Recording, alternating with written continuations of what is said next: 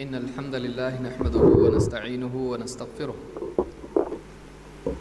ونعوذ بالله من شرور أنفسنا ومن سيئات أعمالنا من يهده الله فلا مضل له ومن يضلل فلا هادي له وأشهد أن لا إله إلا الله وحده لا شريك له وأشهد أن محمدًا عبده ورسوله أما بعد فإن خير الحديث كتاب الله وخير الهدي هدي محمد صلى الله عليه وعلى آله وسلم وشر الأمور محدثاتها وكل محدثة بدعة وكل بدعة ضلالة وكل ضلالة في النار. قال الله تبارك وتعالى ولا تقتلوا النفس التي حرم الله إلا بالحق ذلكم وصاكم به لعلكم تعقلون. میرے محترم دینی بھائیوں اور قابل احترام اور بہنوں، پچھلے دروس میں قرآن کریم کی بعض آیات کی تفسیر کا ایک سلسلہ شروع ہوا ہے اور اللہ تعالیٰ کی 10 وصیتیں، 10 تاکید کی ہوئی باتیں ہم دیکھ رہے ہیں، اور اس میں پچھلے ہفتے 5ویں چیز ہم نے دیکھی تھی جس میں اللہ تعالیٰ نے ناحق قتل سے منع کیا ہے. اللہ تعالیٰ فرماتا ہے وَلَا تَقْتُلُوا النَّفْسَ الَّتِي حَرَّمَ اللَّهُ إِلَّا بِالْحَقِّ، اور ناحق کسی جان کو جس کا قتل کرنا اللہ نے حرام کیا ہے قتل مت کرو. ذَلِكُمْ وَصَّاكُمْ بِهِ لَعَلَّكُمْ تَعْقِلُونَ، یہ اللہ تعالیٰ کی تمہارے لیے وصیت ہے تاکہ تم عقل سے کام لو، تاکہ تم غور کرو، تاکہ تم سمجھو. اس سلسلے میں قرآن کریم کی آیات اور احادیث ہیں جس میں جاندار کو قتل کرنا حرام قرار دیا ہے، الا یہ کہ کوئی ایسا سبب پیدا ہو جس میں اللہ کی طرف سے اسلام کی اجازت ہو کہ اس کو قتل کیا جا سکتا ہے، چاہے وہ انسان ہو چاہے وہ جاندار ہو، جانور ہو. جان کی قیمت اسلام میں کتنی ہے؟ اللہ تعالیٰ فرماتا ہے انہ من قتل نفسا بغیر نفس او فساد فی الارض فکأنما قتل الناس جميعا ومن احیاها فکأنما احیا الناس جميعا، کہ جو کوئی شخص کسی جان کو بغیر اس کے کہ اس نے کسی کو قتل کیا ہو یا زمین میں فساد پھیلایا ہو، اگر ان دونوں جرموں کے بغیر اگر کوئی کسی کو قتل کر دیتا ہے تو یہ ایسا ہے جیسے اس نے ساری انسانیت کو قتل کر دیا. اور اس کے بالعکس اگر کوئی انسان کسی کی جان بچاتا ہے، ومن احیاها، کسی کی جان بچائے، کسی کو زندگی کا موقع دے، تو یہ ایسا ہے فَكَأَنَّمَا أَحْيَا النَّاسَ جَمِيعًا، یہ ایسا ہے جیسے اس انسان نے ساری انسانیت کو موت سے بچا لیا، ساری انسانیت کی جان بچائی. اس آیت سے بات معلوم ہوتی ہے کہ ایک انسان کی جان بچانا بھی اتنا ہی اہم ہے جتنا ساری انسانیت کی جان بچانا. اور ایک انسان کو ناحق قتل کرنا یہ اتنا برا ہے، ایسا ہی ہے جیسے ساری انسانیت کو قتل کر ڈالنا. اس لیے کہ ایک انسان جب کسی کو قتل کرتا ہے، ناحق قتل کرتا ہے، تو جان چاہے ایک ہو یا 2 ہو، جان تو جان ہے. اور اللہ رب العالمین ہی کا حق ہے کہ وہ کسی کو موت دے یا کسی کی زندگی ختم کرنے کے لیے حکم دے. جان اللہ نے ڈالی ہے، لہذا کسی کو قتل کرنا، کسی کو موت دینا یہ اللہ ہی کے ساتھ خاص ہے.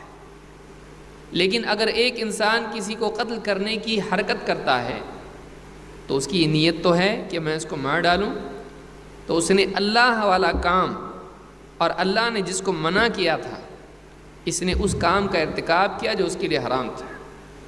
تو جان کا احترام اس نے توڑ دیا. تو ایک جان ہو یا 2 ہو، جیسے کوئی آدمی کہے بھائی گالی تو دے دی، 1 ہو یا 2 ہو یا 3 ہو، فرق کیا پڑتا ہے؟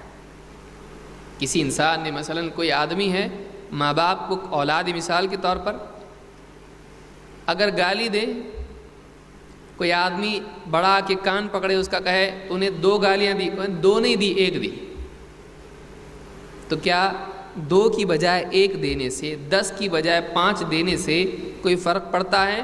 ہم یہ کہیں گے گالی تو دی نا۔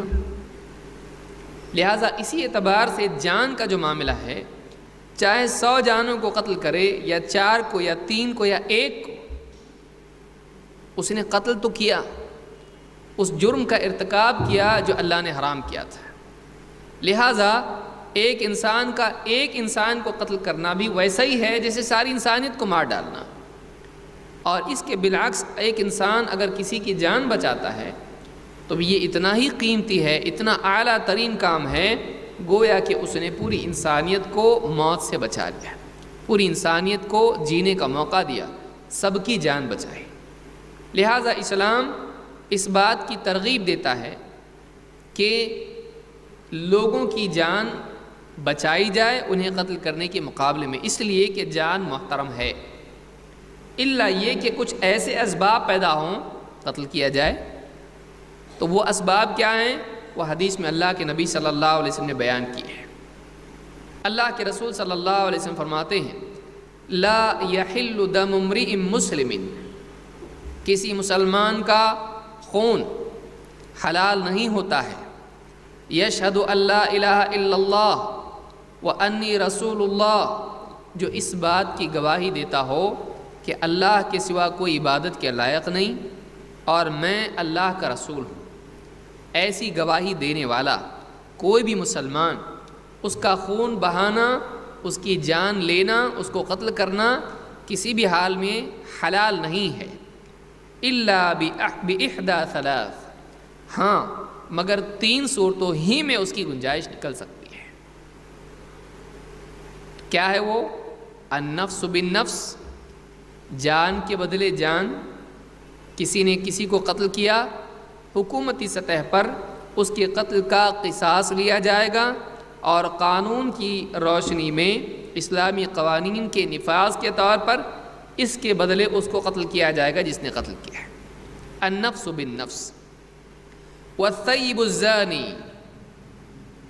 والثیب الزانی، شادی شدہ زنا کرنے والا، شادی شدہ آدمی ہے، نکاح والا آدمی ہے، اس کے پاس اس کی بیوی موجود ہے جس سے اپنی شہوت کی تسکین وہ کر سکے، لیکن وہ بیوی کو چھوڑ کر ایسی جگہ اپنی شہوت پوری کرے جو اس کے لیے حلال نہیں، تو اس کے لیے رکاوٹ کیا تھی؟ تو اس نے اپنی شہوت کی تسکین ایسے طریقے سے کی جس کو اللہ نے حرام کیا ہے، تو اللہ رب العالمین نے اس کے لیے سزا کیا رکھی ہے؟ موت، اس کو سنسار کیا جائے گا۔ کوئی آدمی کا اتنا سا کام، اس کے اوپر اتنی بڑی سزا، تو سوال یہ ہے کہ اتنا سا اور اتنا بڑا طے کون کرے گا؟ گناہ کی سنگینی طے کون کرے گا؟ جس نے انسان کو پیدا کیا ہے، جس نے انسان کو جینے کے لیے قوانین دیے ہیں۔ تو اللہ رب العالمین نے جو قوانین ہم کو دیے ہیں جینے کے، اس کے اعتبار سے زنا سنگین جرم ہے۔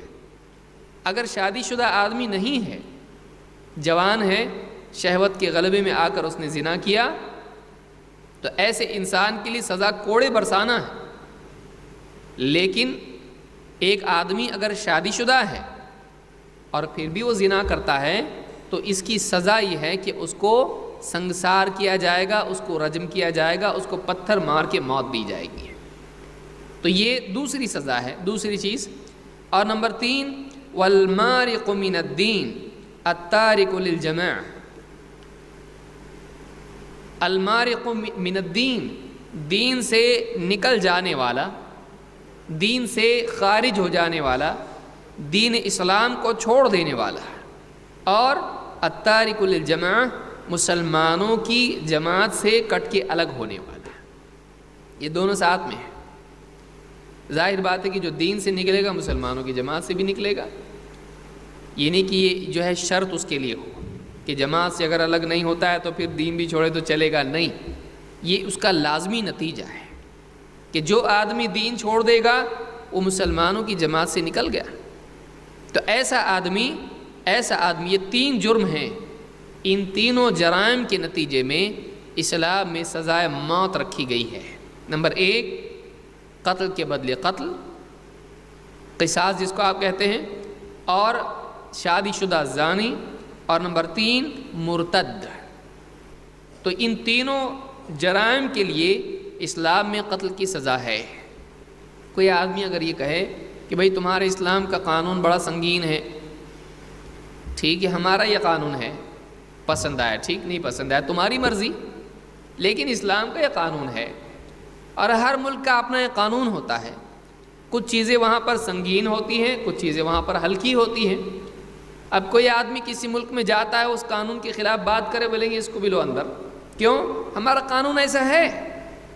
اور ملک اپنے اپنے قانون بناتے ہیں، ہم اپنا قانون نہیں بناتے ہیں۔ ہم کو اللہ رب العالمین نے جو قانون دیا ہے وہ اسلامی حکومت میں قانون چلے گا۔ اب کوئی آدمی یہ کہے کہ ہم کو یہ قانون پسند نہیں، ٹھیک ہے کسی اور ملک میں جاؤ، تمہاری مرضی بھائی، دنیا وسیع ہے، تم کو نہیں پسند ہے تم کسی اور ملک میں جاؤ، وہاں آ کے تو قانون نافذ نہیں ہوگا تم پر۔ لیکن تم کیا یہ کرو گے کہ اس ملک میں رہو گے اور بولے گے قانون چینج کرو، کل کو دوسرا آئے گا بولے گا قانون دوسرا چینج کرو۔ آج ایک آدمی آیا، اس نے کہا کہ بھئی قانون بڑا سخت ہے کہ زانی کو، شادی شدہ زانی کو قتل کی سزا نہیں ہونا چاہیے۔ آپ کی اگر بات مان لیں، فرض کیجئے کل کو دوسرا آدمی آئے گا کہے گا نہیں شادی شدہ کو بھی موت ہونا چاہیے، غیر شادی شدہ کو بھی موت ہونا چاہیے، کل کو کوئی ایسی بھی رائے آ سکتی ہے، آپ کی مانیں اس کی مانیں کس کے باپ کی مانیں بتائیے۔ آج مسلمانوں میں سے خود بعض لوگ اسلامی قوانین کے بارے میں، اسلامی احکام کے بارے میں کہتے ہیں یہ کیا قانون ہے اسلام کا، یہ کفر ہے۔ اللہ کی شریعت کے تعلق سے اعتراض کفر ہے۔ بھئی ہم کو نہیں سمجھ میں آ رہا ہے ہم چپ رہے، یہ نہیں کہہ سکتے کہ ہم اللہ کا قانون غلط ہے۔ اور دیکھیے جیسے کئی قوانین جو ہمارے ملک میں ہلکے ہیں کچھ چیزوں کے بارے میں، اس کے نتیجے میں جو زنا کے کیسز ہوئے بچوں کے ساتھ میں، بچیوں کے ساتھ میں، آپ بتائیے اب بنائیے قانون اس کے لیے۔ اب لوگ غصے میں آ رہے ہیں کہ اسکول کے بچے کے ساتھ کسی نے زنا کیا، یعنی اس کے ساتھ غلط حرکت کی، اس کے لیے سزا ہونا چاہیے۔ کسی بچی کالج کی ہے، اس کے ساتھ میں ایسا ہوا، کسی رشتہ دار کے ساتھ جو ہے گھر میں اس طرح سے ظلم ہوا، اب کیا کریں گے آپ؟ اب سخت قانون نہیں لائیں گے؟ اب لوگوں کا مطالبہ ہے کہ ایسے لوگوں کے بارے میں سخت قانون لانا چاہیے۔ کوئی کہتا سولی دے دو اس کو، کوئی کہتا شوٹ کر دو اس کو، کوئی کہتا ہے اس کو مار ڈالو۔ ہر آدمی اب جب جرم بڑھ جاتا ہے تب جا کے سمجھ میں آتا ہے کہ نہیں بھئی سزا سخت ہونا چاہیے تاکہ رکیں۔ لہذا اسلام نے جب پہلے سے سخت سزا دیا آپ کو نہیں سمجھے، اب سمجھ میں آ رہا ہے۔ لہذا قانون حقیقی طور پر اللہ کا ہے، اور قانون دینے کا اختیار اللہ کو ہے۔ لہذا مسلمانوں کا جو معاشرہ ہے اس میں یہاں وہاں کا قانون نافذ نہیں ہوگا۔ چلو بھائی تمہیں قانون دو، تم ایک دو، تم ایک دو، نہیں، فیصلہ کا اختیار ان الحکم الا للہ، فیصلہ دینے کا اختیار اللہ کو ہے۔ ہاں نئے مسائل جو آتے ہیں اس میں ایک قاضی، ایک مفتی، ایک عالم اجتہاد کرے گا، لیکن وہ کن مسائل میں ہے؟ جو ایسے مسائل ہیں جن کے بارے میں نص موجود نہیں ہے، نئے مسائل ہیں، ایسا ہوا تو کیا کرنا؟ اب قرآن و سنت میں صاف جواب اس کا نہیں ہے، غور و فکر کر کے نکالنا پڑے گا۔ لیکن جو قوانین اور جو احکام اللہ کے صراحتاً موجود ہیں، آدمی ان کو بدل کر ان میں نرمی لانا یا ان کے سلسلے میں تبدیلی کرنا کسی حاکم کو بھی اس کا اختیار نہیں ہے۔ یہ اسلام ہے۔ اللہ تعالیٰ نے جو دیا ہے اس کو لینا ہے، سمعنا و اطعنا، جو اللہ نے دیا ہم کو سنا ہم نے اور اس کو مانا ہم نے۔ لہذا کبھی بھی یاد رکھیں اللہ کی احکام جو قرآن میں ہیں، جو نبی کریم صلی اللہ علیہ وسلم کی تعلیمات میں ہیں، کبھی بھی اس پر اعتراض نہیں کرنا چاہیے، اس پر اعتراض نہیں کرنا چاہیے۔ ہماری سمجھ میں اگر نہ آئے ٹھیک ہے بھائی نہیں سمجھ رہا ہے، لیکن اعتراض انسان کو اسلام سے خارج کر دیتا ہے، اعتراض انسان کو اسلام سے نکالتا ہے۔ تو یہاں پر یہ تین باتیں بتلائی گئیں، جان کے بدلے جان، قتل کے بدلے قتل، اور اسی طرح سے زناکار شادی شدہ ہے، الثیب کا مطلب ہوتا ہے شادی شدہ ہے، الزانی زنا کرنے والا، اور 3 والمارق من الدین، دین میں سے باہر نکل جانے والا، اور التارک للجماع، جماع چھوڑنے والا، مسلمانوں کی اجتماعیت کو چھوڑ کے الگ ہونے والا، دین چھوڑ دینے والا۔ تو مرتد کی سزا قتل ہے۔ اب جو آج دنیا میں یہ ہوا ہے کہ بھئی ہم آزاد ہیں، ہم چاہے تو اسلام مانیں، ہم چاہے تو کچھ بھی اور مانیں، اسلام کی سزا ہے اس آدمی کے لیے جو اسلام چھوڑتا ہے۔ قبول کرنا ہے، سوچ سمجھ کے کرو۔ ایک آدمی اگر کسی ملک میں جاتا ہے، وہ یہ نہیں کہہ سکتا کہ بھائی یہاں کے قوانین کو میں نہیں مانتا، یہ قانون مانتا، یہ نہیں مانتا، نہیں، آپ انٹری کیے، آپ کو ماننا پڑے گا۔ اب آپ کی چوائس ختم ہو گئی۔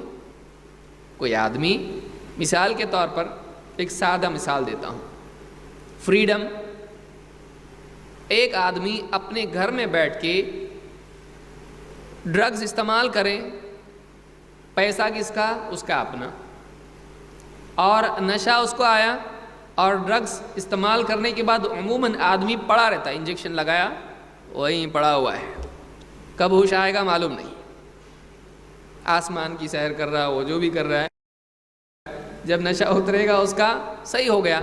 کسی کا دل دکھایا، کسی کے پیسے چھینے، اپنے پیسے، اپنا گھر، اپنی ڈرگز لگایا، اپنے ہاتھ سے انجیکشن لگایا، کسی اور کو بھی دکھ نہیں دیا اس نے۔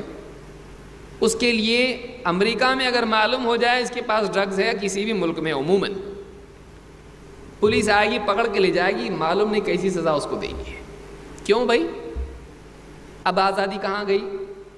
نہ میں کسی کو بیچ رہا ہوں، نہ میں نے کسی سے چوری کی، نہ میں کچھ کسی کو نقصان پہنچا رہا ہوں۔ کیوں؟ بولے نہیں، ہمارے ملک کا قانون ہے۔ کیوں بھائی؟ ایک آدمی پل پہ جاتا ہے، کھڑا ہو کے بولتا میں جان دینا چاہتا ہوں، اور واٹس ایپ پہ بھیجا ہے اور فیس بک پہ ڈال رہا لائیو، پولیس آئے گی، اس کو پکڑ کے لے جائے گی، میری جان ہے بھائی، میں میری جان دینا چاہتا، تو نہیں، پولیس پکڑ کے لے جاتی، یہ جرم ہے۔ کیوں؟ تیرا جان دینا لوگوں میں یہ چیز پیدا کرے گا، تیرا ڈرگز استعمال کرنا بھی لوگوں میں ڈرگز سماج کو بگاڑے گا۔ یہ تو ہمارے یہاں پر بھی ایک آدمی اسلام چھوڑتا ہے، وہ مسلمانوں کے اندر وہ اسلام کے خلاف دعوت ہے، وہ مسلمانوں کی دینداری میں چھید پیدا کرنا ہے، تو اس کی سزا اسلام نے رکھی ہے۔ لہذا آنے سے پہلے دیکھو، نہیں آنا ہے مت آؤ، لا اکراہ فی الدین، آ گئے ماننا پڑے گا۔ جیسے ملکوں کے قوانین ہیں، بھئی تم ہمارے ملک میں انٹری کرنا چاہتے، تمہاری مرضی، نہیں آنا ہے مت آؤ زندگی بھر۔ کون بولا تم کو امریکہ میں آؤ؟ کون بولا تم کو سعودی میں آؤ؟ نہیں آنا ہے مت آؤ۔ آؤ گے تمہارے بیگ میں ایسا کچھ نکلے گا، ہم تم کو سیدھا جیل میں ڈالیں گے۔ تم نہیں بول سکتے واپس ہمارے ملک کو جانے دو، تم نے انٹری کی، یہاں کا قانون تمہارے اوپر نافذ ہوگا، لاگو ہوگا، یہ سبھی مانتے ہیں۔ پھر اسلام کے بارے میں اعتراض کیوں؟ تم نے انٹری کی، اسلام تم پر لاگو ہے۔ کوئی آدمی کہے میری چوائس تھوڑی تھی، تو ٹھیک ہے، تم اس ملک میں آئے، پیدا اس ملک میں ہوئے، تمہاری چوائس نہیں تھی، ہم کو کیا کرنا ہے؟ تم یہاں ہے، تم کو ماننا پڑے گا۔ کوئی ملک بول سکتا ہے، کوئی آدمی امریکہ میں جیتا ہے، کوئی آدمی انگلینڈ میں، فرانس میں جیتا ہے، اس ملک میں پیدا ہوا میں، میرے سے پوچھ کے تھوڑی یہاں پہ پیدا ہوئے، مجھ کو یہاں پہ پیدا کیے، مجھ سے پوچھ کے نہیں کیے، تو یہاں کا قانون میرے اوپر کہاں سے نافذ ہو گیا؟ میری نیشنلٹی مجھ کو دوسری چاہیے، تو گورنمنٹ کیا بولے گی؟ بھائی صاحب آپ یہاں پیدا ہوئے، آپ کی نیشنلٹی یہاں کی ہوگی، آپ کو گرین کارڈ امریکہ کا ملے گا نہیں۔ آپ کہاں کے ہیں؟ انڈونیشیا کے ہیں، آپ نہیں دیں گے، وہ لوگ کیوں دیں گے؟ پوری دنیا ہماری، میں دنیا میں ہوا، مجھ کو کسی بھی ملک کا چوائس ہونا چاہیے؟ نہیں، میری اپنی مرضی نہیں تھی کہاں پیدا ہونا چاہیے، ہم کیا کریں؟ ہم کیا کریں؟ کوئی ملک بولے گا، بولے میرے کو بہت اچھا لگتا امریکہ، مجھ کو امریکہ کا چاہیے، دے گا امریکہ؟ پیار کی خط لکھا اگر تو دے گا؟ نہیں۔ تم جہاں پیدا ہوئے وہیں کی نیشنلٹی تمہاری ہے، برتھ سرٹیفکیٹ پہ وہی لکھا ہوا ہے۔ اب میں چھوٹا تھا، ہم کو کیا کرنا ہے بھائی؟ تمہارا پرابلم ہے۔ تو اب اس میں اگر ترمیم کر سکتے ہیں تو بتائیے، پھر اسلام میں سوچیں گے ہم، لیکن اسلام میں ترمیم نہیں ہوگی، آپ نہ یہ کرو گے نہ ہم وہ کریں گے۔ تو آپ اس میں تو کرو پہلے، آپ لوگوں کو چوائس دو، کسی اور ملک کی نیشنلٹی لینے کا دو، آپ دے سکتے نہیں۔ کوئی آدمی آپ کے دوسرے ملک کا آتا ہے اور تھوڑے دن کے لیے آپ کے ملک میں رکتا ہے، واپس جانا اس کو ہے، اس کے ملک کے قانون اس کو نافذ کرنے دو اپنے اوپر، آپ کے ملک کا نہیں۔ بولو دیں گے موقع؟ بولے کہ میں اس ملک کا نہیں ہوں، ٹیمپرری آیا، تو میرے لیے تمہارا قانون نہیں چلے گا۔ بولے نہیں، جب تک ہے یہاں کا قانون چلے گا، جو غلطی یہاں کے قانون سے ہوگی سزا تم کو دیں گے۔ تو آپ بھی تو وہی کر رہے ہیں نا بھائی، پھر اسلام ظالم کیوں؟ سمجھ میں آ رہی بات؟ اسلام کیوں ظالم؟ اسلام کا ایسا ہے، تم آئے ہمارے ملک میں رہے، زنا کیے، شادی شدہ ہے، قتل باہر کرتے، ہم تھوڑی تمہارے گھر پہ پیچھے آتے تمہارے، تم انگلینڈ میں، امریکہ میں، کہیں بھی تمہاری مرضی، تم کہیں بھی جاؤ، یہاں کرو گے سزا ملے گی۔ کیوں؟ ہمارا یہ معاشرہ ہے، یہاں یہ جرم ہے، ہم نہیں چاہتے ہمارا معاشرہ بگڑے، اتنی ڈینجر سزا، ٹھیک ہے، ہمارے نزدیک وہ جرم بھی اتنا ڈینجر ہے، ہمارے نزدیک وہ جرم بھی اتنا سنگین ہے۔ مثال کے طور پر ایک آدمی ہے، بستی کا غنڈہ ہے، پولیس اس کے لیے اتنا زیادہ سیریس نہیں ہوگی، کیوں؟ غنڈہ ہے، یہ بستی میں جھگڑے فساد کرتا ہے، بندوق بھی ملی اس کے پاس، تو بھی اتنا سیریس نہیں کیونکہ غنڈہ ہے، یہ لوکل ہے، نیشنل ہے۔ لیکن اگر کسی کے بارے میں ان کو معلوم پڑ جائے کہ یہ ٹیررسٹ ہے، اس کے لیے قانون الگ ہے، حالانکہ جرم ایک ہی ہے، یہ بھی جان لے گا، وہ بھی جان لے گا، یہ بھی جھگڑا کرے گا، وہ بھی جھگڑا کرے گا، یہ بھی فساد، وہ بھی فساد، لیکن ان کے نزدیک ٹیررزم اور غنڈہ گردی، وینڈلزم، یہ دونوں میں کیا ہے؟ فرق ہے۔ اینٹی نیشنل ان کے نزدیک الگ ہے، ہر ایک کے نزدیک الگ ہے، عام جرم کے مقابلے میں ایک آدمی اینٹی نیشنل ہے، وہ بڑا ہے، اور ایک آدمی کچھ گناہ کر رہا ہے، وہ الگ ہے، اتنا ٹھیک ہے بھائی، اتنا ڈینجر نہیں ہے یہ۔ اینٹی نیشنل فوراً پولیس اس کو ایک دم الگ قانون، سب اس کو اندر، چھٹی گیا کام سے، وہ بھی گیا، جتنے جڑے تھے وہ بھی گئے، سب گئے، کام سے گئے۔ تو کیوں یہ فرق کیوں؟ یہ اس لیے ہے کہ تمہارے نزدیک ملک کے خلاف اگر کوئی کام کرتا ہے وہ زیادہ سنگین ہے، ملک میں رہ کر کوئی کام غلط کرتا ہے وہ اتنا سنگین نہیں ہے۔ ایسے اسلام میں اسی طرح ہے کہ ایک آدمی گناہ کرے، چوری کرے، یہ کرے، فلاں کرے، ٹھیک ہے، وہ گناہ ہے، اس کی سزا ہے۔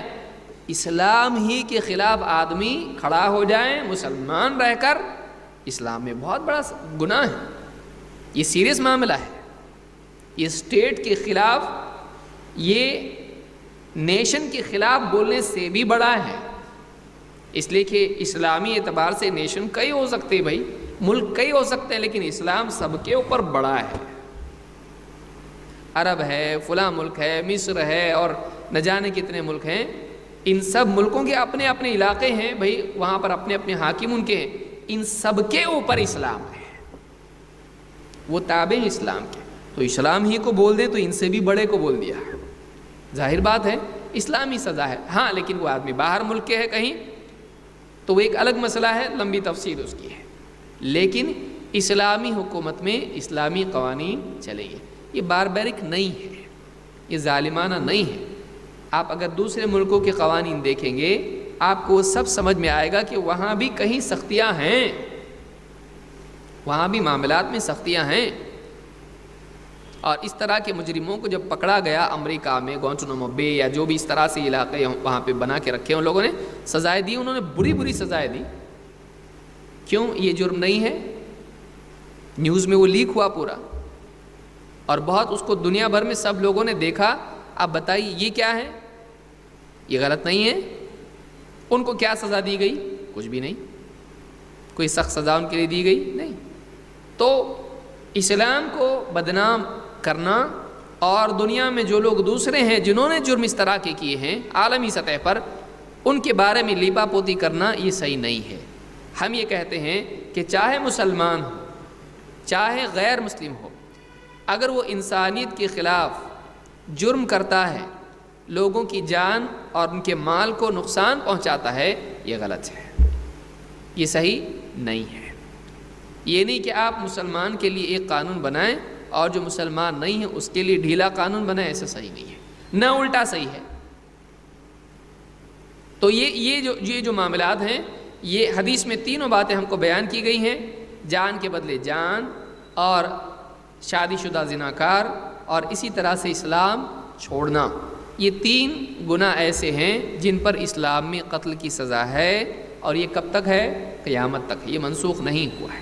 اس پر پوری امت کا اجماع ہے، اس پر پوری امت کا اجماع ہے۔ اس میں تفاصیل ہیں جو حدیث اور فقہ کی کتابوں میں دیکھی جا سکتی ہیں، لیکن یہ اجمالی طور پر 3 گناہ ہیں ایسے جن کی سزا قتل اسلام میں ہے۔ یہ بخاری اور مسلم کی حدیث تھی۔ لیکن اگر اب کوئی آدمی سے سمجھے کہ بھائی اسلام چھوڑ دیا تو قتل ہے، اس کا مطلب یہ ہے کہ غیر مسلم تو من باب اولا قتل کے لائق ہوں گے۔ ایک آدمی اسلام چھوڑ رہا ہے تب اس کو قتل کر رہے ہیں، تو ایک آدمی اسلام قبول ہی نہیں کر رہا ہے تب تو اس کو تو اور ڈبل قتل کریں گے۔ تو کیا ایسا ہے؟ نہیں۔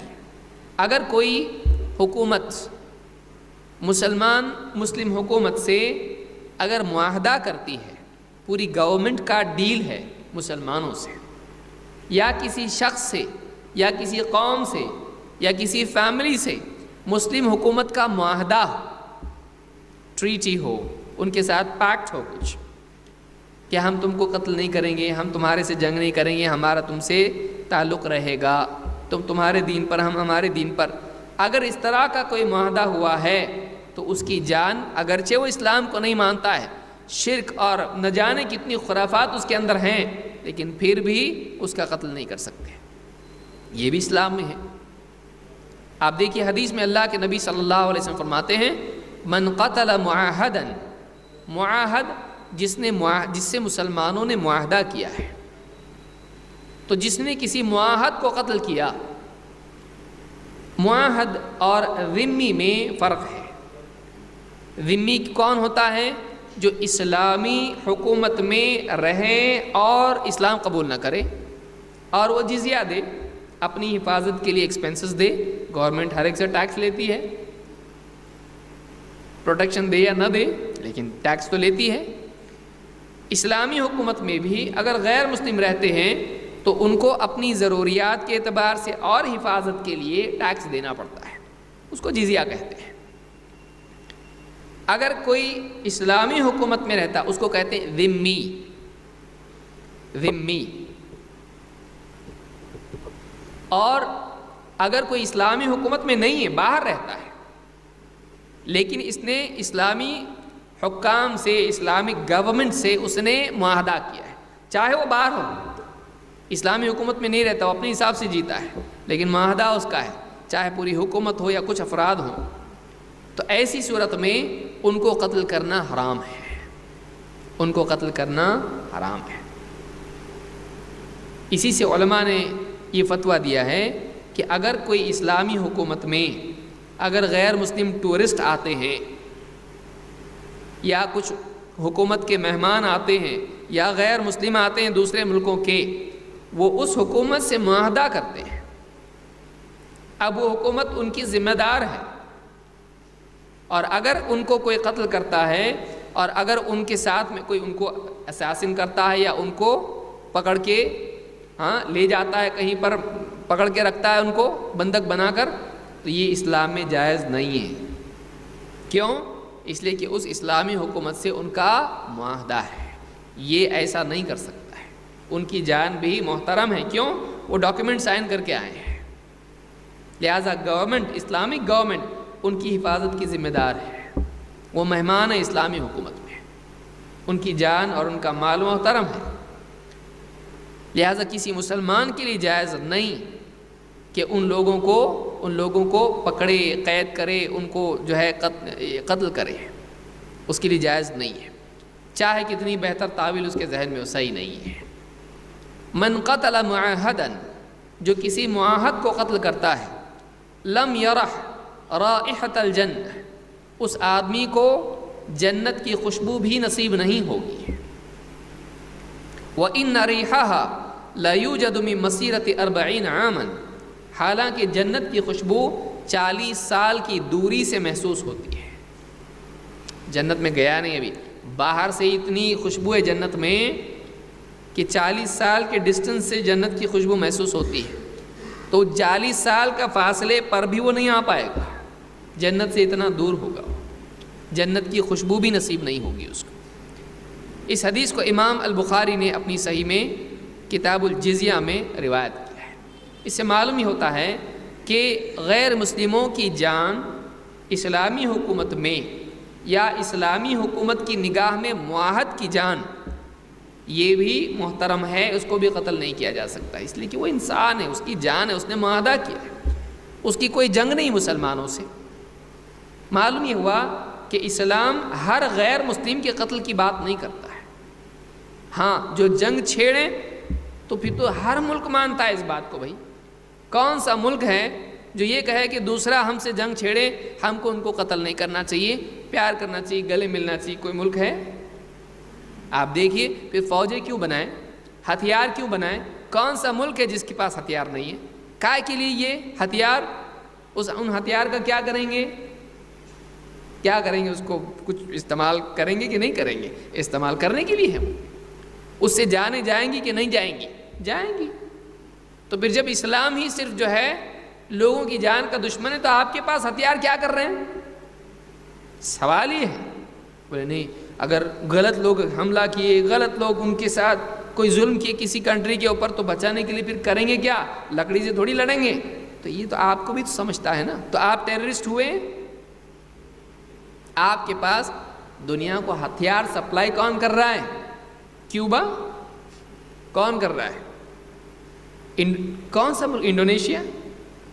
بڑے ملک ہیں، امریکہ جس کے پاس سب سے زیادہ ہتھیار ہیں، اصل اکانومی ان کی اس پہ ہے ہتھیار، اور ملکوں میں وہ ہتھیار دیتے ہیں۔ بلکہ بعض لوگوں کا یہ بھی کہنا ہے کہ داعش وغیرہ کے پیدا کرنے والے بھی یہ لوگ ہیں۔ اب وہ کتنا صحیح ہے وہ لوگ تحقیق کریں، لیکن خود ان لوگوں کا امریکہ والے بھائی پریزیڈنٹ کا بولنا ہے۔ IS کے پیدا کرنے والے کون ہیں؟ امریکی ہیں۔ اور امریکی کون؟ چائے کی دکان والے نہیں، گورنمنٹ میں جو لوگ کام کرتے تھے، حکومت والے، میں کسی کا نام نہیں لینا چاہتا۔ اب بتائیے اسی ملک والے، اسی ملک کے ذمہ داران جو ماضی میں رہ چکے ہیں ان کے بارے میں بول رہے ہیں IS کو پیدا کرنے والے یہ ہیں، اور آج IS کا نام لے کے سارے مسلمانوں کو بدنام کرنا کیسے صحیح ہو سکتا ہے؟ بھائی آپ ہی کی تو پیداوار ہے وہ، تو اگر وہ آپ کے پیدا کرنے سے پیدا ہوئے ہیں، مسلمانوں کے وفادار کیسے ہیں؟ آپ ان کی بنیاد پر سارے مسلمانوں کو غلط کیسا بول سکتے ہیں؟ لہذا یہ ساری سیاست ہے، اور اس کی زد میں اسلام کو لانا غلط بات ہے۔ جیسے ہر ملک کی اپنی فوج ہوتی ہے، اگر اسلامی حکومت کہیں ہو اس کی اپنی فوج ہوگی، ہاں، لیکن وہ کسی کے خلاف ظلم نہیں کر سکتے ہیں۔ کسی کے خلاف ظلم کرنا ان کے لیے صحیح نہیں ہوگا، مسلمانوں کے لیے بھی ظلم حرام ہے۔ اسی لیے یہاں پر کہا گیا کہ جو کسی معاہد کا قتل کرے اس کو جنت کی خوشبو بھی نصیب نہیں ہوگی، اگرچہ جنت کی خوشبو 40 سال کی دوری سے محسوس ہوتی ہے۔ تو یہ اسلام کی تعلیم ہے، یہ اسلام کی تعلیم ہے۔ اللہ کے نبی صلی اللہ علیہ وسلم نے بعد کے زمانے کے بگاڑ کو بیان کیا جو آج ہم دیکھ سکتے ہیں، چاہے وہ ابتدا ہو یا انتہا ہو۔ آج ہم دیکھ رہے ہیں کہ جانیں محفوظ نہیں ہیں۔ اللہ کے نبی صلی اللہ علیہ وسلم فرماتے ہیں والذی نفسی بیدہ، اس ذات کی قسم جس کے ہاتھ میں میری جان ہے، لیأتین علی الناس زمان، لوگوں پر یقیناً ایک دور ایسا آئے گا، ایک زمانہ ایسا آئے گا، لا یدری القاتل فی ای شیء قتل، مار ڈالنے والے کو، قتل کرنے والے کو، مرڈر کرنے والے کو، کلنگز کرنے والے کو یہ معلوم نہیں ہوگا کہ وہ کیوں قتل کر رہا ہے، اور ولا یدری المقتول فی ای شیء قتل، اور مرنے والے کو، قتل ہونے والے کو معلوم نہیں ہوگا کہ مجھے کس لیے مارا جا رہا ہے۔ اور آج دنیا میں آپ دیکھیے مختلف ملکوں میں بے جا جنگیں چھڑی ہوئی ہیں، اور فوجیں جو ہیں عام لوگوں کو جو بیچارے نہ لڑنا جانتے ہیں نہ کسی جنگ سے ان کا کوئی مطلب ہے، وہ اپنی زندگی جینا چاہتے ہیں بیوی بچوں کے ساتھ میں، لوگوں کو کھڑا کر دیا، شوٹ کر دیا ان کو۔ تو یہ کیا طریقہ ہے؟ اب یہ کیوں قتل کر رہا ہے؟ اوپر سے آرڈر ہے، اس کو نہیں معلوم ان کو قتل کیوں کرنا ہے۔ بس آرڈر اوپر سے ہے، مارنا ہے اس کو، اور وہ آدمی نہیں جان رہا بھائی مجھ کو کیا جرم کیا کیا میں نے کیا غلط کیا، مجھ کو مار رہے ہو تم لوگ، بس اس کو مار ڈالا جا رہا ہے۔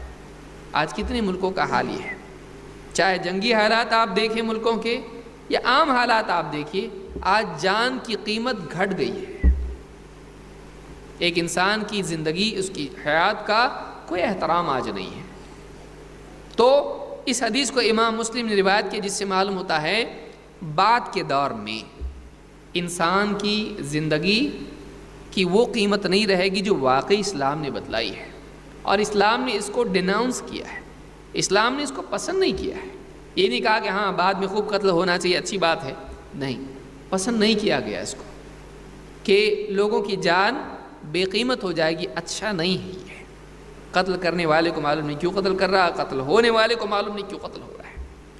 لہٰذا یہ اسلام میں یہ ہم کو حکم بتلایا گیا۔ اللہ نے فرمایا وَلَا تَقْتُلُوا النَّفْسَ الَّتِي حَرَّمَ اللَّهُ إِلَّا بِالْحَقِّ، یعنی بیسک حکم زندگی کے بارے میں یہ ہے، قتل نہیں، ڈیفالٹ یہ ہے قتل نہیں کرنا۔ ہاں قتل کرنے کے لیے تمہارے پاس حق ہونا چاہیے، اور ہر آدمی کے پاس حق ہے نہیں، حق دے گا کون؟ اللہ۔ یہ نہیں کہ ایک آدمی اپنے طور پر کچھ کہے کہ میں قتل کرنے کا حق رکھتا ہوں، نہیں، قرآن و سنت کے دلائل کی بنیاد پر ہی یہ ہو سکتا ہے۔ اور اللہ نے فرمایا ذَلِكُمْ وَصَّاكُمْ بِهِ لَعَلَّكُمْ تَعْقِلُونَ، یہ اللہ کی تمہارے لیے وصیت ہے تاکہ تم عقل سے کام لو۔ تو یہ پانچواں حکم ہم نے دیکھا جو زندگی کے بارے میں ہے۔ اب آئیے حیات کا قانون دیکھنے کے بعد معاشی اعتبار سے بھی ہم دیکھیں اور سماج کے کمزور افراد کے بارے میں اللہ نے کیا حکم دیا ہے۔ اللہ نے یتیم کے بارے میں بتلایا، یتیم کا مال ہڑپنا، یتیم کا مال کھا جانا، یہ بھی حرام ہے۔ یتیم سماج میں کمزور فرد کی ایک مثال ہے۔ یتیم کس کو کہتے ہیں؟ جس کے ماں باپ یا دونوں میں سے ایک اس کی موت ہو جائے بچپن میں، وہ یتیم ہے۔ اور یتیم اپنے فائدوں کو حاصل کر نہیں سکتا ہے اس لیے کہ وہ بچہ ہے، اور اپنے لیے نقصان سے اپنے آپ کو بچا نہیں سکتا ہے اس لیے کہ وہ کمزور ہے۔ تو یتیم کمزور ہوتا ہے، وہ اپنا حق حاصل نہیں کر سکتا ہے، وہ اپنے آپ کو ضرر سے بچا نہیں سکتا ہے۔ تو یہاں پر یہ بتلایا کہ سماج ہمارا کیسا ہونا چاہیے، کمزور پر ظلم کر کے اس کی ملکیت کو چھین لینا، ایسا سماج نہیں ہونا چاہیے۔ یتیم ایک سمبولک شخصیت ہے، اگرچہ یتیم فی نفسی مراد ہے یہاں پر، لیکن یتیم کے ضمن میں سماج کے وہ سارے کمزور طبقے آ جاتے ہیں جن کی مدافعت کرنے والا، جن کا حق لینے والا، مانگنے والا ان کے پاس کوئی نہیں، وہ اتنے کمزور ہیں کہ اپنا حق نہیں لے سکتے۔ اللہ نے فرمایا وَلَا تَقْرَبُوا مَالَ الْيَتِيمِ، اور یتیم کے مال کے قریب بھی مت جاؤ، إِلَّا بِالَّتِي هِيَ أَحْسَنُ، ہاں قریب جاؤ تو ایسے طریقے سے جو بھلائی والا ہو، حَتَّى يَبْلُغَ أَشُدَّهُ، اور یہ کب تک کے لیے ہے؟ یہاں تک کہ وہ یتیم اپنی پختہ عمر کو پہنچ جائے۔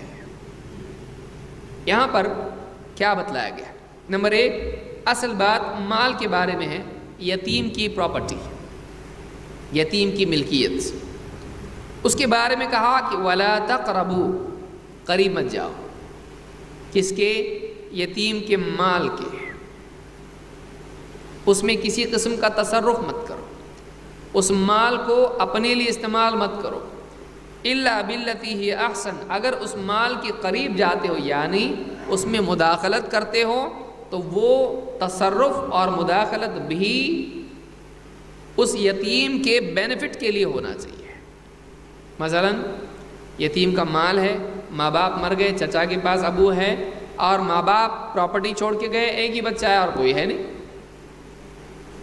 اب وہ جو پراپرٹی بچے کی جو بھی حصہ اس کا ہے، اب چچا کھا گیا پورا اس کا، ماموں کھا گیا اس کا، فلاں کھا گیا اس کا، جس کی سرپرستی میں وہ آیا، تو یہ جائز نہیں ہے۔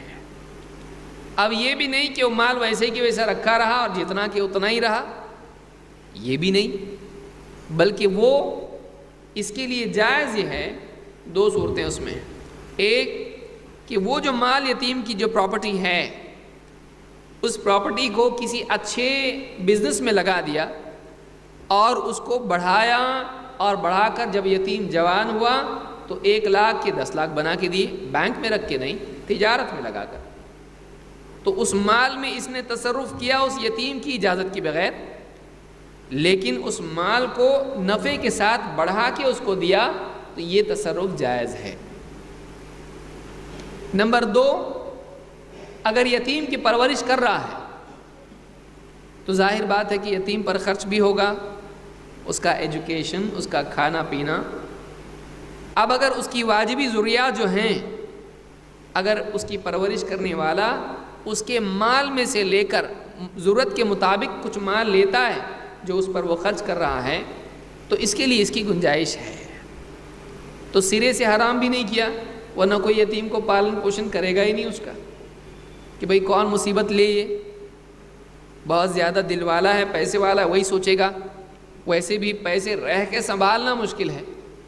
اگر کسی کو کہا جائے بھئی آپ کو مہینہ اتنی تنخواہ دیں گے، یتیم کو سنبھالو، بولے کون سردرد مولے بھائی، ایک بچے کو سنبھالنا ایک بڑا کام ہے، اپنے بچے ہم کو نہیں سنبھالنے ہوتے، تمہارا کہاں سے سنبھالیں، یہ مشکل کام ہے۔ اور پھر کچھ ملنے والا نہ ہو تب تو اور بھی مشکل ہے۔ تو یتیم کے لیے دونوں چیزیں ضروری ہیں۔ ایک تو یہ کہ یتیم کا جو مال ہے اس کی حفاظت بھی ضروری ہے، تاکہ جب وہ واقعی اپنی عمر کو پہنچے، حتی یبلغ اشدہ، جب وہ جوان ہو جائے تو اس کو اس کا مال ملے، اس کا مال ہے، وہ ضائع بھی نہیں ہونا چاہیے۔ دوسرے یہ کہ جو اس کی پرورش کر رہا ہے، اس پر خرچ کر رہا ہے، اس کا بھی لحاظ ہونا چاہیے۔ اس کو بھی ایسا نہ کیا جائے کہ میں تو پھنس گیا، اس کے اوپر اتنا خرچ کر رہا ہوں، کچھ ملنے والا نہیں، اور یہ اس کو پال پوس کے بڑا کروں گا، جب بڑا ہو جائے گا پوری جائیداد لے کے چلا جائے گا، مجھ کو تو پوچھے گا بھی نہیں میرا کیا۔ سب اسلام دیکھیے، اسلام دونوں کا خیال رکھتا ہے کہ یتیم بھی اور یتیم کی پرورش کرنے والا بھی، اس کا بھی حق ہے، اس کا بھی خیال رکھنا چاہیے، اس کا بھی رکھنا چاہیے۔ تو یتیم کے مال میں تصرف سرے سے حرام ہے اپنے لیے، ہاں مگر واجبی ضرورت اگر کچھ ہے جو اس کے لیے تو نے خرچ کیا ہے تو وہ لے سکتا ہے، اور ایسا اس میں دخل دے سکتا ہے، اس مال میں ایسا تصرف کر سکتا ہے جس سے یتیم کا فائدہ ہو۔ ہاں یہ بھی نہیں کہ میں نے لگایا آپ سب چلا گیا، اب میں کیا کروں، میری نیت اچھی تھی، نہیں، آپ کو دینا پڑے گا۔ آپ نے اس سے پوچھ کے نہیں کیا، مال اس کا ہے، آپ کو کم سے کم اتنا مال تو اس کو دینا پڑے گا۔ آپ کی تجارت میں نقصان ہوا وہ آپ کا پرابلم ہے، آپ مانو گے اس کو؟ کوئی آدمی پیسہ دے کے کسی نوکر کے ہاتھ سے آپ کے پاس بھیجے اور وہ نوکر کہے راستے میں گم گئے، لا تو رہا تھا میں آپ کو دینے والا تھا لیکن کھو گئے، تو آپ کیا کہیں گے؟ وہ میں نہیں جانتا، مجھ کو میرا پیسہ دو۔ تمہاری نیت ثواب تم کو ملے گا، پیسہ کہاں ہے؟ تو ایک آدمی اچھی نیت سے اگر یتیم کے مال میں تصرف کرے لیکن وہ برباد ہو جائے تو اس کا کام ہے کہ اس کی بھرپائی کرے۔ وہ یہ نہیں کہہ سکتا کہ بھائی میری نیت اچھی تھی، میں نے لگایا ایک بزنس میں، میرا بھی فائدہ ہوگا تیرا بھی ہوگا، نہیں۔ تو یہ یتیم کے مال کے تعلق سے اللہ نے فرمایا وَلَا تَقْرَبُوا مَالَ الْيَتِيمِ، یہاں پر قرب سے منع کیا گیا ہے، دور رہو، کیپ ڈسٹنس، نزدیک جاؤ گے اس میں واقع ہو جاؤ گے۔ یہ بھی جو ہے حدود کی حفاظت کے اعتبار سے ہے کہ یتیم کے مال کے قریب بھی مت جاؤ، ہاں مگر ایسے طریقے سے جس میں خیر ہو، اپنی ذاتی واجبی خرچ کے اعتبار سے یا پھر یتیم کے لیے مال بڑھانے کے اعتبار سے اس کی اجازت ہے، اس کے سرپرست کو اس کی اجازت دی گئی ہے۔ کب تک کے لیے؟ حتی یبلغ اشدہ، کہ وہ پختہ عمر کو پہنچ گیا ہے، اب ایسی عمر کو پہنچ گیا کہ اب وہ اپنے ڈیسیجن خود لے سکتا ہے، لیکن تم مال اس کو دے رہے نہیں، اپنا اس کا مال ہے اس کو نہیں دے رہے ہو۔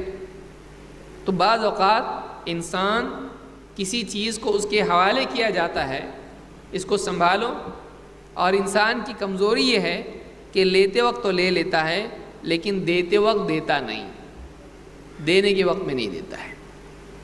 تو جب وقت صحیح آ جائے، وہ یتیم سمجھدار ہو جائے، اب بالغ ہو گیا، اب بچہ نہیں رہا، اور اتنی عمر اس کی ہو گئی ہے کہ وہ اپنی زندگی میں بھلے برے کی تمیز جانتا ہے، اور اگر اس کے حوالے مال کیا جائے تو برباد نہیں کرے گا، تو اس کو دے سکتے ہیں، اس کو دے دینا چاہیے۔ تو یہ بھی اللہ تعالیٰ نے مال کے سلسلے میں کہا کہ یتیم کا مال اس کے حوالے کرو، جب وقت آ جائے اس کا حوالہ۔ اس سے معلوم ہوتا ہے امانتوں کی ادائیگی بھی دین میں ضروری ہے، اس میں امانت کی حفاظت ہے کہ مسلم معاشرہ ایسا ہو کہ جس میں لوگ امانتوں کی حفاظت کریں، مسلم معاشرہ ایسا ہو جس میں کمزور کا مال آدمی ہڑپے نہیں، بلکہ کمزور وہ ہے، میں اگر کھا جاؤں تو یہ کیا بگاڑے گا میرا، لیکن نہیں، میرا معاملہ کس سے ہے؟ اللہ سے ہے۔ یہ کمزور ہے لیکن اللہ کمزور نہیں ہے، یہ مجھ کو پکڑ نہیں سکتا ہے، یہ میرا کچھ بگاڑ نہیں سکتا ہے، لیکن اگر میں نے اس کے مال کو بگاڑا، اللہ ایسا میرا بگاڑ سکتا ہے کہ میں برباد ہو جاؤں گا۔ جب تک کہ اللہ کا ڈر نہ ہو، ایک انسان حقوق کی ادائیگی نہیں کر سکتا ہے۔ تو یہاں پر یہ بات بتلائی گئی کہ یتیم کا مال اس کے قریب بھی مت جاؤ، ہاں مگر بھلے طریقے سے، یہاں تک کہ وہ اپنی جوانی کی عمر کو پہنچ جائے، ٹھیک ہے۔ اس سے بھی معلوم ہوتا ہے کہ اصل اعتبار آدمی کی جوانی کا ہے، بالغ ہونے کے بعد آدمی مال میں تصرف کرنے کا حقدار بنتا ہے۔ اگر بچپن میں دے دیا جائے یتیم کو مال، پورے کھلونے اور چاکلیٹ اور آئس کریم اور کیک خرید کے ختم کر دے گا پورا پیسہ، اور بعد میں جوان ہونے کے بعد اور بعد میں سوچے گا، کس کو کہے گا تم کو عقل نہیں تھی، میں تو بچہ تھا، اتنے سارے کھلونے لا، اب کیسے کھیلتے بیٹھوں میں، پورا گھر بھر کے کھلونے، کتنے لاکھ ہے؟ 20 لاکھ، 20 لاکھ کے پورے کھلونے چاہیے چچا، اچھی بات ہے بیٹا لے، اس کی عقل پختہ نہیں ہے، لہٰذا وہ مال اس کے حوالے نہیں کیا جائے گا۔ کبھی کبھی روکنا بھی فائدے کے لیے ہوتا ہے، اور یہ ہر آدمی جانتا ہے، ہر آدمی جانتا ہے۔ کوئی آدمی دنیا میں ایسا نہیں ہے، شاید ہی کوئی ایسا عقل مند ہو جو اپنی پوری تنخواہ اپنے بچوں کے ہاتھ میں دیتا ہو، بیٹا جو تم بولو گے وہ ہے، کوئی نہیں ہے۔ کیوں؟ ان کی عقل پختہ نہیں ہے، یہ زندگی کے مسائل اور زندگی کی ذمہ داریاں یہ نہیں جانتے ہیں، لہٰذا اسلام نے بھی اس کا اعتبار کیا ہے۔ اب یہاں تھوڑی دیر رک کے آپ سوچیں کہ یہاں اگر کوئی آدمی کہے اس کا حق ہے، اس کا پیسہ اس کو دینا چاہیے، گورنمنٹ کیا کہے گی، جج کیا کہے گا؟ نہیں، اس کو نہیں دینا چاہیے۔ اس کا جو گارڈین ہے وہ اس کے بھلے کے اعتبار سے اس پر خرچ کرے گا، اس کے حوالے ابھی نہیں کر سکتے، کیوں؟ اس کی عقل ابھی پختہ نہیں ہے۔ یہاں آپ انسانی حقوق کی بات نہیں کر سکتے، یہاں آزادی کی بات نہیں کر سکتے۔ نہیں آزاد ہے وہ، اس کا پیسہ ہے، ہیومن رائٹس کر سکتے آپ؟ نہیں، یہاں اس کا فائدہ دیکھنا پڑے گا، وہ مانگے تو بھی نہیں دیں گے، اس کو بچہ مانگے تو بھی نہیں دیں گے۔ اب کہا گئی آزادی، لہٰذا اسلام میں عورتوں کے بارے میں اعتراض کرنا، اسلام میں عورتوں کو آزادی نہیں ہے، ٹھیک ہے، آپ بچوں کو دو، آپ کو یہ نہ کہے کہ عورتیں بچے برابر ہیں۔ اسلام میں مردوں کو بھی کچھ چیزوں کی آزادی نہیں ہے، اپنے حاکم کے مقابلے میں مردوں کو بھی نہیں ہے، کچھ چیزوں میں آدمی کو بھی اجازت نہیں، تو نہیں کر سکتا یہ۔ تو ہر آدمی کسی نہ کسی اعتبار سے کسی کا ماتحت ہے، بچے ماں باپ کے ماتحت ہے، بیوی شوہر کی ماتحت ہے، شوہر سماج کے ذمہ دار جو حاکم ہیں وہ اولو الامر منکم، ان کے تابع ہیں۔ اگر حاکم بول دیں پیڑ نہیں کاٹنا، بولے آپ کا پیڑ تھوڑی اللہ کا ہے، وہ پیڑ کس نے اگایا؟ اللہ نے، ہم کاٹیں گے؟ نہیں کاٹ سکتے۔ گورنمنٹ بول دے ہرن قتل نہیں کر سکتے، ہرن کا شکار منع، بولے کہ جنگل تمہارا تھوڑی ہے، جنگل ہے، ہم شکار کر سکتے، پہلے نواب لوگ نہیں کرتے تھے، راجہ لوگ نہیں کرتے تھے، گورنمنٹ بولی کہ راجہ ادھر آتا، اس کو اندر لے گئے، نہیں کر سکتے ہیں۔ اگر حاکم طے کر دے تو اس کو ماننا پڑتا ہے۔ اب یہ نہیں کہ عورتوں کے لیے، مردوں کے لیے بھی ہے، تو ہر ایک کے اوپر کوئی نہ کوئی سرپرست اور ذمہ دار ہوتا ہے جس کو ماننا پڑتا ہے۔ یہ نہیں کر سکتے ہیں کہ ہم ہماری آزادی استعمال کریں، نہیں، پابندیاں زندگی کا لازمی حصہ ہے۔ لہٰذا اولاد کے لیے پابندیاں ہیں، ان کی حدود ہیں آزادی کی، عورت کے لیے حد ہے آزادی کی، مردوں کے لیے حد ہے آزادی کی، سماج کے سارے افراد ہیں، ہر ایک کے لیے حاکم کی بھی اپنی آزادی ہے، ایک عالم کی بھی اپنی آزادی ہے، اور عالم اور حاکم کی اپنی پابندیاں بھی ہیں۔ لہٰذا اس اعتبار سے آپ دیکھیں گے تو اصل اسلام پابندی کا نام ہے، اور سماج سے اگر آپ پابندی نکال لیں اور الٹیمیٹ آزادی اگر سماج کو دے دیں تو خیر کی بجائے فساد وجود میں آئے گا۔ تو یہاں پر اسلام میں آپ دیکھیں گے کہ مال کا اختیار نابالغ کو نہیں دیا گیا ہے، بلکہ جو سمجھدار ہیں ان کے ہاتھ میں مال کا اختیار رکھا گیا۔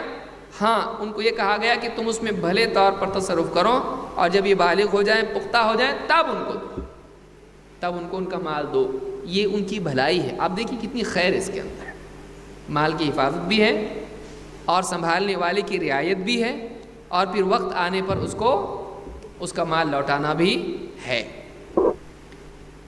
اللہ تعالیٰ قرآن کریم میں فرماتا ہے فَأَمَّا الْيَتِيمَ فَلَا تَقْهَرْ، یتیم اس کے ساتھ قہر کا معاملہ مت کر، اس کے ساتھ جھڑکنے کا معاملہ مت کر، اس کے ساتھ جبر اور ظلم اور جور کا معاملہ مت کر۔ تو یتیم کے ساتھ میں اسلام میں بتلایا گیا کہ یتیم کے ساتھ سختی اور یتیم کے ساتھ ظلم و زیادتی کا سلوک نہیں ہونا چاہیے۔ تو قہر سے اس کا مال چھین لیا، قہر سے ظلماً اس کے ساتھ میں بدسلوکی کی، یتیم کے ساتھ میں اللہ نے اس کو منع کیا۔ معلوم یہ ہوا کہ اسلام ایک ایسا دین ہے جس میں کمزوروں کی رعایت ہے، جس میں کمزوروں کی رعایت ہے، کہ جس کا کوئی نہیں ہے اس کو سماج سنبھالنا چاہیے۔ اس کے پاس کچھ بھی نہیں ہے، وہ کمزور ہے، اس کا نگراں کوئی نہیں، اس کا مدافعت کرنے والا کوئی نہیں، سماج اس کی کمزوری کا غلط فائدہ نہیں اٹھائے۔ انسانیت میں یہی ہوتا ہے، معاشرے میں یہی ہوتا ہے، اگر کوئی کمزور ہے اس کی کمزوری کا غلط فائدہ اٹھا لیتے ہیں۔ آدمی اپنے مفاد کے لیے سماج کے کمزوروں کو برباد کرتا ہے، کبھی معاشی اعتبار سے، کبھی کسی اور اعتبار سے۔ اسلام یہ سکھلاتا ہے کہ سماج کے کمزوروں کے ساتھ سختی کا معاملہ نہیں ہونا چاہیے، بلکہ نرمی کا معاملہ ہونا چاہیے۔ اللہ کے نبی صلی اللہ علیہ وسلم فرماتے ہیں انی، دیکھیے اب عورتوں کا آ رہا ہے، انی احرج علیکم حق الضعیفین الیتیم والمرأة، میں تمہیں دو کمزوروں کے حق کے بارے میں تنبیہ کر رہا ہوں۔ احرج علیکم، احرج علیکم مطلب میں تمہارے اس معاملے میں تنگی کر رہا ہوں، تم آزاد نہیں ہو، میں تمہیں ڈرا رہا ہوں اللہ سے، میں تمہیں خبردار کر رہا ہوں خطرے سے۔ یہ بڑی تنگ گھاٹی، تنگ وادی ہے۔ انی احرج حق الضعیفین، دو کمزور طبقے ہیں سماج میں، میں ان دونوں کمزوروں کے بارے میں تمہیں اللہ سے ڈرا رہا ہوں۔ دو کون ہیں؟ الیتیم والمرأة، یتیم اور عورت۔ اس حدیث کو امام حاکم اور بیہقی نے روایت کیا ہے۔ اس حدیث سے بات معلوم ہوتی ہے کہ عورت کو سماج میں کمزور مانا گیا ہے، اور آپ دیکھیے کہ واقعی جو حیثیت اسلام نے عورت کو دی، کمزور، انگلش میں بھی آپ دیکھیے اس کو کیا بولتے ہیں، ویک جینڈر، کہ وہ جو ہے کمزور ہے۔ یہی وجہ ہے کہ مرد اور عورت کی باکسنگ میچ نہیں ہوتی ہے، مرد مرد، عورت عورت، وہ کمزور ہے۔ مردوں کے لیے ایسا نہیں ہے کہ یہ جو ہے کچھ مردوں کے لیے خاص سیٹیں بس میں ہوں، ٹرین میں ہوں، عورت کے لیے ہے۔ مرد کے لیے ایکسٹرا لیو نہیں ہے، لیکن پریگننسی لیو عورت کے لیے ہے۔ بیچاری کمزور ہے، کیسے سنبھالے گی بچے کو؟ عورت کمزور ہے، اسی لیے مرد کی طرف سے عورت پر زنا کے معاملات ہوتے ہیں، عورت کی طرف سے نہیں ہوتا ہے۔ تو قوت جو ہے یہ مرد میں ہے، کمزوری عورت کے لیے ہے۔ اب جو کمزور سماج کے ہوتے ہیں، چاہے وہ یتیم ہو یا عورت ہو، چاہے عمر کی وجہ سے وہ کمزوری ہو یا پھر جسمانی حیت کی وجہ سے وہ کمزوری ہو، تو اب سماج میں جو طاقتور طبقہ ہے کمزوروں کا غلط فائدہ ہمیشہ سے اٹھا رہا ہے۔ جنگل لا نہیں ہونا چاہیے، جنگل کا قانون کہ طاقتور کمزور کو نگلے گا، چبائے گا، کھا جائے گا، یہ اسلام نے نہیں سکھلایا، بلکہ اسلام میں کیا سکھلایا گیا ہے؟ طاقتور کمزور کی رعایت کرے گا، حفاظت کرے گا، اس کے حقوق کی رعایت کرتے ہوئے اس کو اس کے حقوق فراہم کرے گا، بلکہ اپنی طرف سے اس کے ساتھ احسان کا معاملہ کرے گا۔ معلوم یہ ہوا کہ سماج کے کمزور طبقات کا بھی حق ہوتا ہے، کسی کا کمزور ہونا اس کو اس کے حق سے محروم نہیں کرتا ہے۔ بھئی یہ کمزور، اس کا کیا حق ہے؟ حق تو طاقتور کا ہے۔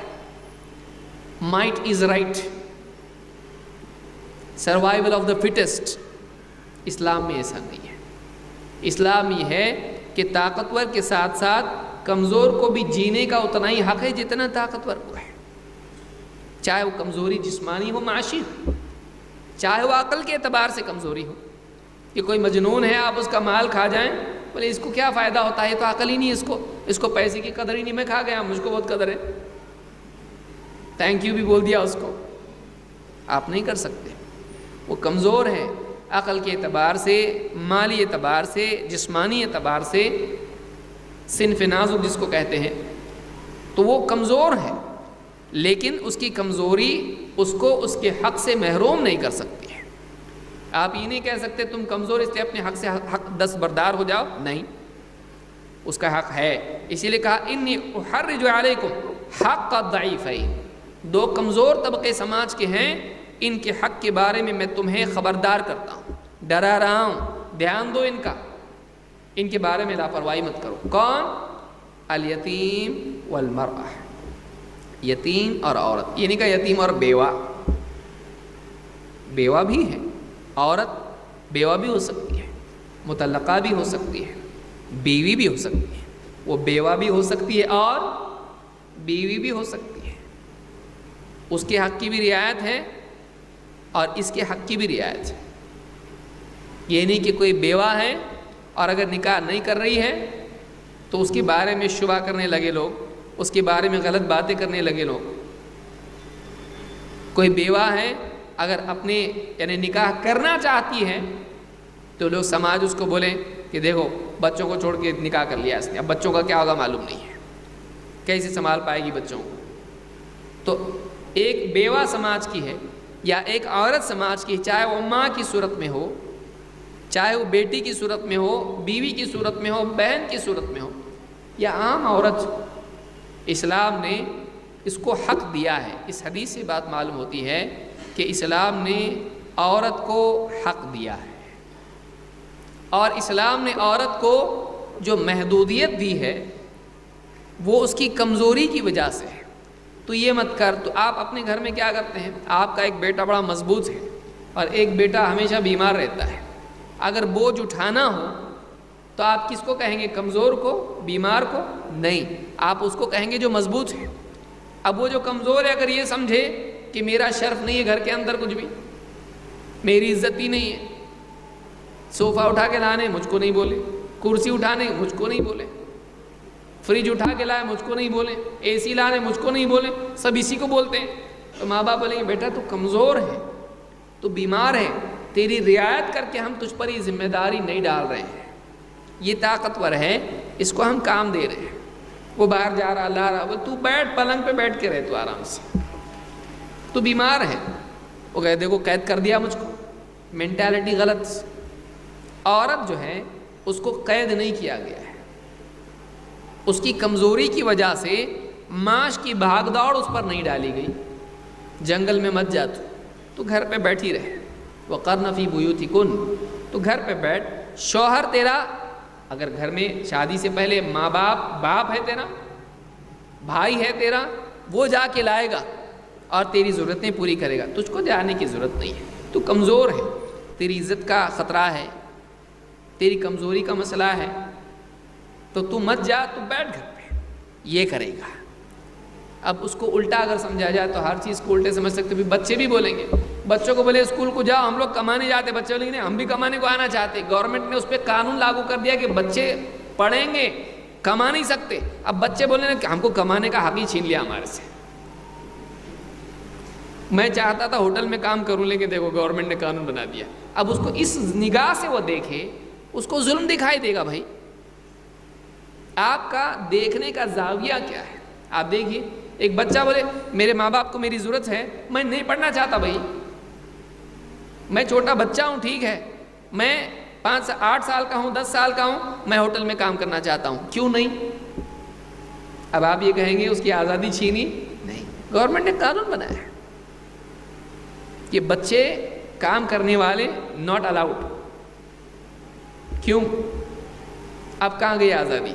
ان کے بھلے کے لیے، ان کے بھلے کے لیے. کیوں؟ اس لیے کہ یہ ایجوکیشن حاصل کریں گے، آگے بڑھیں گے، زندگی میں کام آئے گا. اب یہ زبردستی اس کو آپ کہہ سکتے ہیں، لیکن یہ زبردستی کیا ہے؟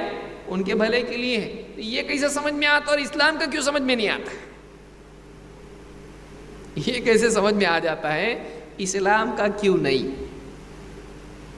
اس لیے کہ اندر کھوٹ ہوتی ہے، اندر کھوٹ ہوتی ہے. آدمی اگر سمجھنے کی کوشش کرے، انالوجی اگر اس کے پاس ہو، وہ دونوں کو متوازی رکھ کے اگر سوچے، ایزیلی سمجھ میں آئے گا کہ کبھی ایسا کرنا پڑتا ہے. لیکن اسلام کے بارے میں پہلے سے دل کے اندر ایک کھوٹ ہوتی ہے، پہلے سے ایک الرجی ہوتی ہے، پہلے سے ایک ناپسندیدگی ہوتی ہے. آدمی اس میں پھنس جاتا ہے. پہلے سے ایک اعتراض ذہن میں اس کا ناسور ہوتا ہے، وہ اس کی وجہ سے نتیجہ نکلتا ہے کہ وہ اعتراض کرتا ہے. لہٰذا اسلام نے بتلایا کہ عورت اور یتیم سماج کے کمزور طبقات ہیں. ان کی کمزوری کو مد نظر رکھتے ہوئے ان کے بارے میں اسلام نے کچھ قوانین دیے ہیں. اور مردوں سے کہا گیا ہے یاد رکھو تم کو خبردار کیا جا رہا ہے ان کے حق کے بارے میں، ان کا حق ضائع مت کرو. مطلب عورت اور یتیم ان کا حق مردوں کے اوپر ہے. اب مرد بولیں گے زبردستی کیوں بھائی؟ وہ اپنا دیکھیں ہم اپنا دیکھیں گے؟ نہیں، تمہارے اوپر حق ہے ان کا، اللہ نے نافذ کیا اس کے اوپر. یعنی شکایت تو مردوں کو کرنا چاہیے، ہمارے اوپر کائے کو بھائی؟ کھاتی پیتی خود ہے، میں کیوں کماؤں؟ وہ اپنا کمائے، میں اپنا کماتا ہوں، ایسا ہونا چاہیے نا. لیکن اسلام نے کیا کیا؟ نہیں، تو کمائے گا، اس کو کھلائے گا، چاہے تیرے سے زیادہ وہ کھائے. زیادہ بھی اگر کھاتی ہے وہ بول سکتا ہے کماتا میں اور زیادہ وہ کھاتی ہے، کچھ مجھ کو اس میں سے کنسیشن چاہیے، اس کا پیمنٹ چاہیے مجھ کو کچھ. اسلام نے سرے سے عورت کے اوپر گھر کے معاشی خرچے نہیں ڈالے. اور یتیم کے بارے میں خاص طور سے اللہ نے یہاں پر کہا ہے کہ یتیم کا خیال رکھو. تو ایک اور آیت اللہ نے بتلائی، اللہ نے فرمایا ارأیت الذی یکذب بالدین، کیا تم نے دیکھا ہے اس کو جو بدلے کے دن، قیامت کا دن اس کو جھٹلاتا ہے. فذلک الذی یدع الیتیم، یہی تو وہ ہے جو یتیم کو دھکے دیتا ہے. اس آیت سے بات معلوم ہوئی کہ انسان جو کمزوروں پر ظلم کرتا ہے یہ وہی ہے جو قیامت کے دن اعمال کے بدلے کو بھلائے ہوئے ہے یا پھر اس کو انکار کرتا ہے. جو آدمی قیامت کے دن کو جانتا ہے، اس پر یقین رکھتا ہے اور یہ مانتا ہے کہ آج اگر میں کمزور کی کمزوری کی وجہ سے اس پر ظلم کروں، بدسلوکی اس سے کروں، کل کو ایک دن آنے والا ہے جب میرا کوئی سہارا نہیں ہوگا، میرے سہارے ٹوٹ جائیں گے، اور اس وقت والامر یومئذ للہ، اس دن سارا اختیار اللہ کے پاس ہوگا. اس دن اللہ چاہے گا مجھ کو سزا دے سکتا ہے، آج میں اس کو دبا دوں، آج میں اس پر ظلم کروں اس لیے کہ یہ کمزور ہے، آج اس کی کمزوری کی وجہ سے میں اس پر ظلم کر رہا ہوں، اس کے ساتھ بدسلوکی کر رہا ہوں، کل کو میں اللہ کے آگے جانے والا ہوں، اللہ کے آگے کھڑے ہو کر جواب دینا ہے. اس دن میرا کوئی کون بچاؤ کرے گا؟ جو آدمی آخرت کو مانتا ہے، اس کا استعداد ہے، وہ کبھی کمزور پر ظلم نہیں کرے گا. کمزور پر ظلم کرنا یا تو آخرت کے بھولنے کی وجہ سے ہوتا ہے، ایمان کی کمزوری، یا پھر سرے سے آخرت کا انکار کرنے کی وجہ سے ہوتا ہے. لہٰذا اللہ تعالیٰ نے ڈرایا ان لوگوں کو جو یتیم کے ساتھ بدسلوکی کریں. اگلے درس میں انشاءاللہ ہم ناپ تول میں کمی کے تعلق سے دیکھیں گے کہ اسلام میں اس کی کتنی اہمیت ہے، اور 7واں حکم اس باب میں ہم سمجھنے کی کوشش کریں گے. اقول ھذا واستغفر اللہ لی ولکم.